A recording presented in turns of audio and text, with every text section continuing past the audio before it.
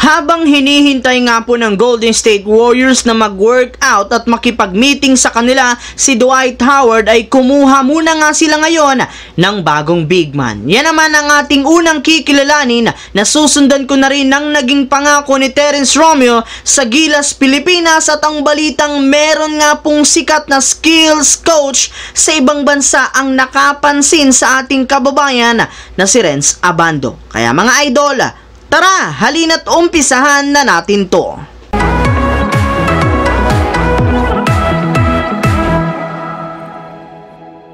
Kagaya nga po mga idol ng napag-usapan natin, desidido nga talaga ang Golden State Warriors na makakuha ng big man ngayong off-season ay pangdadagdag nila sa kanilang lineup at magpapalakas ng kanilang front court. Ito na rin naman ang rason bakit kakausapin nila sa isang meeting ang veteran free agent center na si Dwight Howard. Pero habang hinihintay nga po nila na makausap si Howard, ay gumawa na rin naman sila agad ng bagong move ngayong araw upang makasungkit na sila ng bagong big man sa kanilang lineup. Sa katunayan, ayon nga po sa ibinulgar na balita ni Shams Charania ng The Athletic, pumirma na nga po sa Golden State Warriors ng two-way contract ang free agent undersized center na si Usman Garuba. Yes mga idol, ganyan lamang nga po anirmahan itong kontrata sa Warriors, gayong hindi na rin naman ito ganun kagalingan na player sa pag-average lamang niya sa Houston Rockets ng 3 points, 4.1 rebounds sa game sa kanyang 48%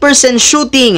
Pero sa kabila nga po niyan, magagamit pa rin naman ang kanilang mahigpit nitong depensa sa ilalim ng basket. Samantala, pumunta naman tayo sa ating pangalawang storya sa naging pangako ni Terrence Romeo sa Gilas, Pilipinas. Marami nga po mga idol na mga Pinoy fans ang natuwa matapos makasama si Terrence Romeo sa inilabas na gagamiting final lineup ng Gilas, Pilipinas para sa darating na Asian Games. At kasabay nga po ng pagkakasali ni Romeo dito, agad nga po nitong sinabi sa kanyang latest interview na alam nga po niya na maraming mga fans ang naghihintay sa kanyang paglalarong muli sa ating national team. Kaya sa kanyang pagbabalik nga po sa Gilas, gagawin niya nga po ang kanyang best at ang kanyang 100% upang matulungan lamang ang kanilang kupunan sa darating na Asian Games. Sa katunayan, gagawin nga po niya kahit anuman ang ibigay sa kanyang role ni Coach Tim Cone para lamang sa ikakapanalo ng kanilang team. Habang dumiretso naman tayo sa ating huling storya dito sa balitang meron nga pong sikat na skills coach sa ibang bansa ang nakapansin sa ating kababayan na si Renz Abando.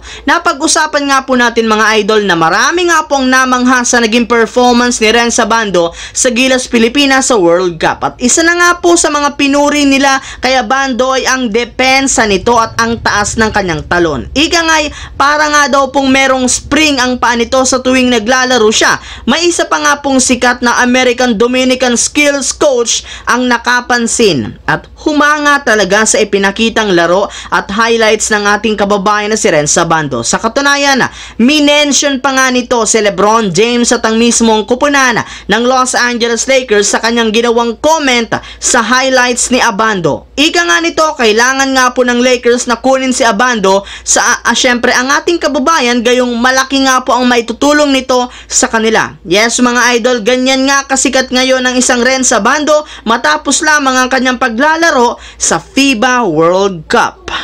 Mga idol, ang video nga pong ito ay hatid sa inyo ng 1xBet kung saan dito nga po ay pwede kayong tumaya sa mga pinakamaiinit, exciting at pinaka-inaabangang laban sa NBA gaya na lamang ng Lakers, Milwaukee Bucks at Warriors. Easy lang mag-register, pindutin lang nga po ang link na nasa comment section at huwag kalimutang ilagay ang ating promo code para makakuha kayo up to 7,000 pesos na bonus sa inyong first deposit. Pwede rin nga po niyong gamitin ang inyong GCash account para makapag-deposit at makapag-cash out. Kaya mga idol, tara, mag-register na. So yun lamang mga idol ang ating bagong video ngayon. Once again, this is your J-Zone TV. Huwag kalimutang mag-like at syempre mag-subscribe. Pindutin ang notification bell sa akin channel para lagi kayo maging updated sa mga videos na inilalabas ko. I-follow nyo na, bisitahin at i-like ang ating Facebook page,